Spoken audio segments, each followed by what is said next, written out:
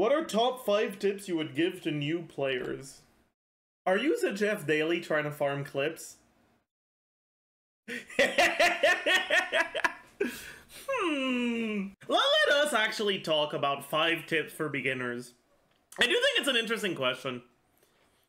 What would be the 5 most important tips that I would give to someone who's starting out?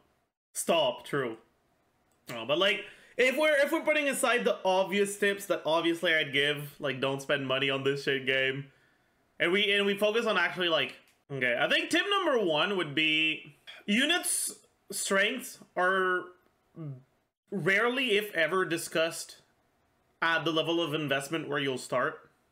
And there's a lot of units that are pretty dog shit later on, or at least not that great, but that are insane early on. And the other way around, some units that are really good later on, but fairly shit early on, because of the way that not having that many characters and not having the ability to get strong artifacts can interact with preventing you from using characters that are dependent on their burst very reliably. Characters like Anemo MC will hard carry your fucking ass early game. It's just broken. Swirl is broken. And playing Swirl with Freeze and Swirl with Electrocharge will get you through every single piece of content until you start wanting to take a bit seriously. In the same vein, so I'm gonna count it as part of the same tip. In order to build these characters, sure, once you unlock the VV domain, you're gonna want to get a 4-piece VV set. But before you do, you're gonna want to go 4-piece Instructor. And you can actually get Instructor pieces from exploring. Which means that a lot of the, like, you can look at this, I have a lot of locked pieces that are Instructor even now to this day. Good Instructor pieces are really nice. Anything that has EM main stat is worth locking. Even if it's a 3-star, if you're starting out. Right, like, I guess I don't think I have any 3-star EM ones, but like you see something like this, that is insane. This is a god roll for early game. Right, because you want the 4-piece Instructor set, because if you put it on that Anemo unit, like Anemo MC, it's 200 EM from the set alone. And when you're early on and you don't have enough artifact fodder to level up your artifacts, 200 EM is going to be more than you get from all of your stats combined. Right? The set bonus is going to be insane. To the point where you would rather use 4-piece Instructor with no EM pieces than just EM main stats early on. But yes, that's the first tip. Do not underestimate the power of Anemo MC and other Anemo characters early game. Tip number 2. This place... Knowing how this place works is actually fairly important. Never use Starglitter on these early on, unless you are planning on spending a lot of money on the game. Because there's basically no situation where getting 7 wishes is going to be more valuable than getting one of the really strong characters that are in rotation in the Starglitter exchange. So every month, a new shop rotation comes in. It alternates between the Royal weapons and the Blackcliff weapons. But also it alternates between 6 different sets of 2 units. And some of them are almost necessary to have on an account. So having the option to straight up buy them for Starglitter rather than relying on RNG to wish for them is going to be huge. Right? So early on, do not spend Starglitter on wishes. I know it's going to be tempting the first time you hit 5 Starglitter, the first time you hit 10. Early on, it's not worth it. For Stardust, only buy these. Yes, you can buy Adventurer's Experience, Missing Enhancement, or Mora. If you really want to speed up your early game stuff. But you will eventually get to the point where you'll regret having done that, and I wouldn't recommend it. That being said, if you are gonna whale, right, you can only buy up to 5 of each of these a month, which is which is 750 Stardust. So if you are going to be spending some money on the game, your Stardust income might be bigger than the amount of Stardust that you're expending. In which case, it will be fine to get some of these. But don't get these things, right? Don't get the enemy normal drops. It's just never fucking worth it. These are fine because... I mean, not really this one, but like, Adventurer's Experience and Mora can be fine because at least they're worth resin. Yeah, you can also get the dust when you need it. That's true. Is the MC worth getting, or is Anemo MC enough at the start? The main thing with the MC is that you're gonna need to have... You're basically gonna need to have Xingqiu and either Kuki or Raiden for DMC to be worth using over Anemo MC. Whereas with Anemo MC, you can basically just use Barbara and Kaya. Which means early on, it's just not gonna... It's not a good idea. DMC is a better character overall, but with the character options that you have very early on, most people won't get both Xingqiu and Kuki very early into their account. Tip number 3. It's important to find the right balance between trying to play optimally and having fun. Some people have fun by playing as optimally as possible, but that's not everyone. You'll hear a lot of tips that are reasonable, but that might actually take away from your early experience. And if you're not having fun, then it's not worth it, right? It's a fucking game. You shouldn't play if you're not enjoying it. A good example of a tip like that is, like, yeah, optimal, but that might take away from your experience, is waiting until you're AR 45 to spend your fragile resin. The way that adventure rank progression works in Genshin, it's a lot less bad than it used to be. Because they lowered the AR requirement for a lot of quests. But you still don't have a clean progression through the quests, right? If you only do questing, you're gonna reach a point where you are AR locked.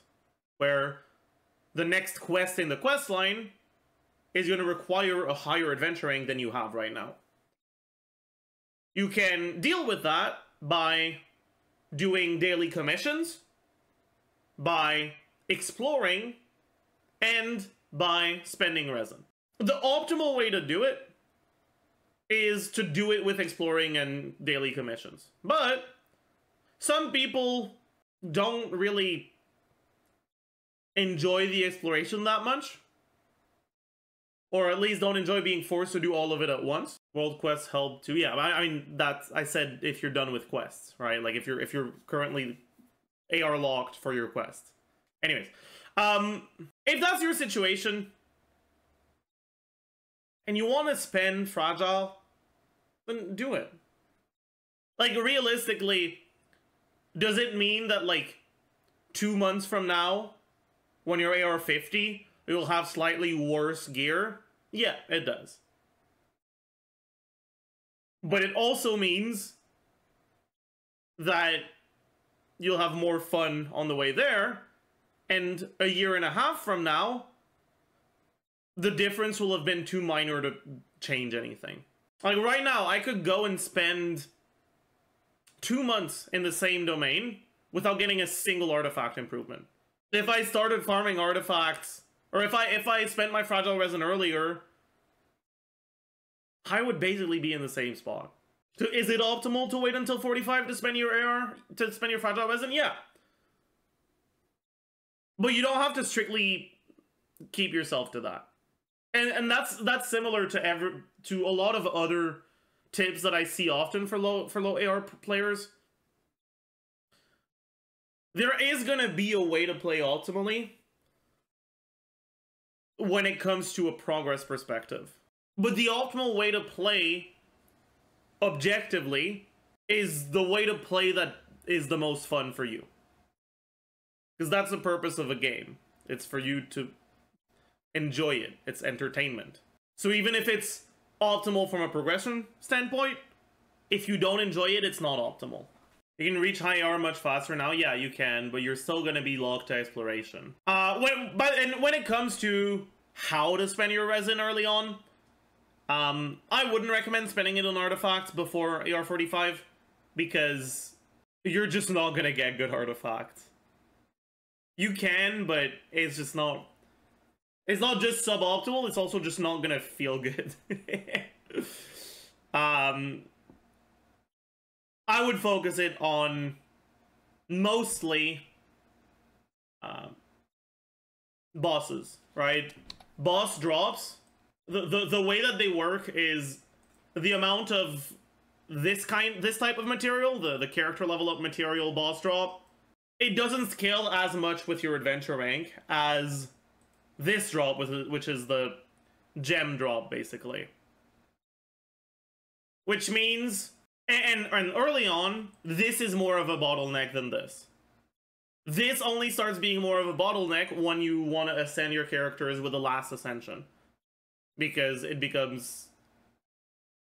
the cost goes up a lot faster at the end. Point being here that for your mid-level ascensions, these are more important. And so farming these bosses at lower AR isn't as suboptimal as farming other things at low AR. Everything gets better with higher AR, but these bosses, not this one specifically, right? Just whichever one you need for your characters, right? Maybe it's this one, maybe it's this one, right? These are the ones that give you the best value early on. On top of that, just making sure that you get a decent balance of all of your non-artifact things before 45 means that when you do hit 45, you can stay in artifact domains for a while. And at least for most people, artifact farming is more enjoyable than other forms of spending your resin because the process is more... it has more variance. It's like, oh, I got a good artifact. Oh, I got a bad artifact. Ooh, is this one going to be good? But yeah. Okay. What else? What else? What's tip number 3? What is tip number 4 gonna be? Well, yeah, I guess tip number 3. As much as you can, try not to associate an amount of stars to how good something is. Because in Genshin, there are a lot of lower star things that are better than higher star things. Both for characters and for weapons. Although, less for weapons, because weapons are more directly stat sticks. There are some 3-star weapons that are very important to have, and that are really good. Thrilling Tales of Dragonslayer is one of the most valuable weapons in the game. Harbinger on some characters can be very good. Black Tassel can be useful. Magic Guide on some characters can be okay. Dark Iron Sword isn't going to be better than the alternatives, but it saves you a billet and it's not that much worse. This one is a sword that you can get by speaking to a merchant in Leia and going through his dialogue options. I believe it is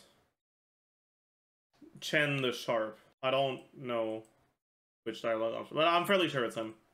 It's either him or him. One of these two. You go through all the dialogue options and you'll get the Dark Iron Sword. But yeah, and then also for 4 stars, the Favonius series is fucking broken and very often better than 5 stars on a lot of characters. And then just in general, like, for the rest, you can check guides for specific characters and stuff like that. And then for the characters, obviously, if you've watched a few videos of mine, you've probably already heard me say this, but Xingqiu's the best character in the game, by far, actually. It's not really close. But some of the other 4 stars are also incredibly strong, right? Namely, Sucrose, Bennett, Fischl, Xiangling. And then I guess to some extent, you can also talk about Kuki and Beidou and Yao Yao. Although I don't know if I'd put them on quite the same pedestal. But even then, they're all incredibly strong.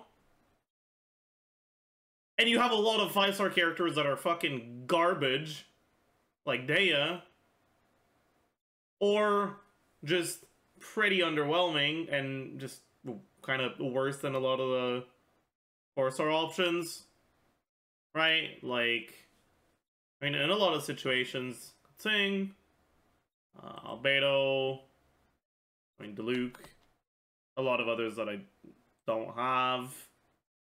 I mean, and even the ones that are not necessarily inferior are still, like, not that great, right? You've got Ayla, obviously, Chi-Chi, Jean, Mona, to some extent, Baiju, even if he is strong. But yeah, the point is really, a character's rarity is not actually that often an indication of their strength. Right? People joke about, wow, this X Genshin character is a secret 6-star character, but like, so many 4-star characters are good and so many 5-star characters are underwhelming or bad that I think it's more fair to just say, no, he's not a 6-star character, because what would make a 6-star character better? They're just more rare. It's gacha brain in action, basically. Gacha brain associates higher rarity to higher strength, but it's not the case in a lot of cases. So, just keep that in mind. And in the same vein, if you want to be playing characters that are worse, you still can. Outside of Abyss and the more difficult combat events, you won't really have a problem with bad characters. And even in Abyss and those more difficult combat events, bad characters can still be used if you surround them by strong supports that synergize well with them. If you care about Abyss and those hard combat events, then getting the good characters might be something you care more about. But if you don't, it really doesn't matter. At all. But yeah, so that was tip number 4. And honestly, tip number 5 has to be don't spend money on this shit game. It really has to be. Like, there's no tip more important than this one.